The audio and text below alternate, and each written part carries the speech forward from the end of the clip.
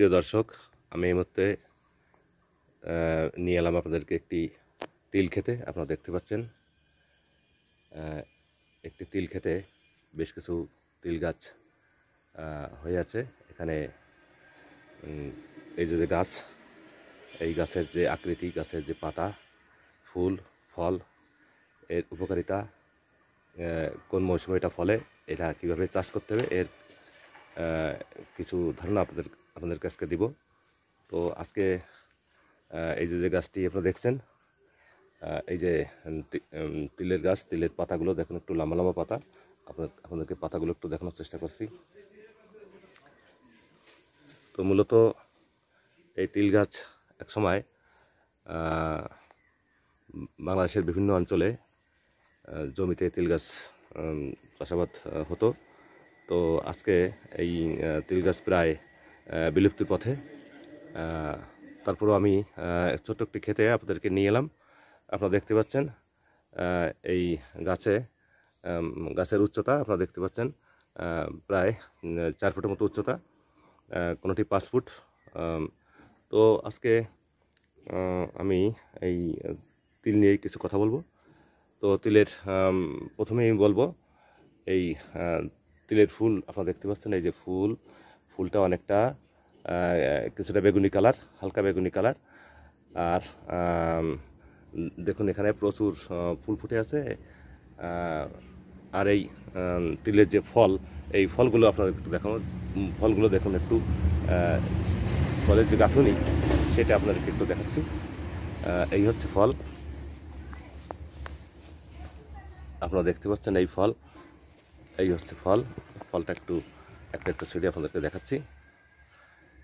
এটাও একটু লম্বা লম্বা ফল। তো এখানে মূল বিষয়টি হচ্ছে এই ফলটি চিড়ে এর মধ্যে কিন্তু বীজ হয়, এই বীজ থেকে তেল হয়। তো এই যে তিল চাষ কীভাবে করে, কোন মৌসুমে করে, সেটাই বলবো এবার। তিল চাষ সাধারণত পৌষ মাঘ মাসে এই তিল চাষ করা হয়, জমিতে বপন করা হয়। তো এরপরে এটা জ্যৈষ্ঠ মাসে গিয়ে, এটা বৈশাখ জ্যৈষ্ঠ মাসে গিয়ে তিল কাটা হয়। তো এই তিলের মধ্যে আবার আমন ধান, আউশ ধানও বোনা হতো। তো অর্থাৎ তিল কাটা হয়ে যাবে, ধান ভিতরে থেকে যাবে।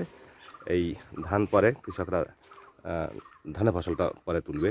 তো তিলের ফসল এবং ধানের ফসল দুটোই একই সঙ্গে হতো। তো তিলের ফসলটা আগে কাটা হয়ে যেত। তো এখন যে কথাটা বলবো, এই তিলের যে একটা উপকারিতা রয়েছে, প্রতি বিঘা জমিতে মনে করেন 10 মণ, হয়তো 10 থেকে 15 মণ তিল ফলন হয়ে থাকে।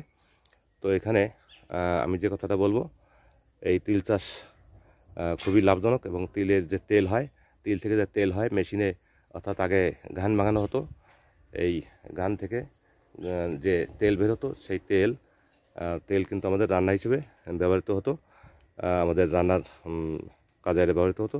এমনকি এটা আরেকটি বিষয় হচ্ছে, এই তিলের যে তেল, এটা দিয়ে পিঠা ভাজা হতো।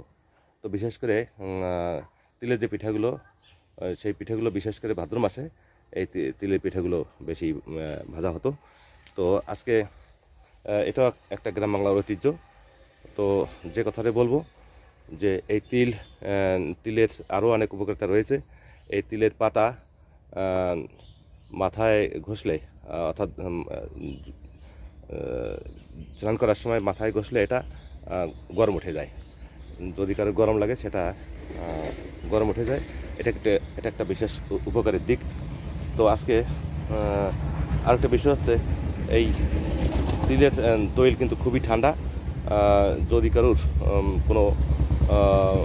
কোনো সমস্যা দেখা যায়, শরীরে কোনো চুলকানি, খোসপসরা দেখা দেয়, সেই ক্ষেত্রে এই তিলের তৈল দিয়েও কিন্তু অনেক সময় মাখলে এই যে খোসপসরা যে স্থানটা, সেটা নরম থাকে, অর্থাৎ সেটা কোনো টান ধরে না বা কোনো ব্যথা থাকে না।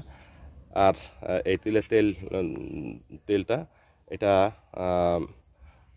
কবিরাজি মতো অনেক সময় বিভিন্ন কাজে ব্যবহৃত হয়।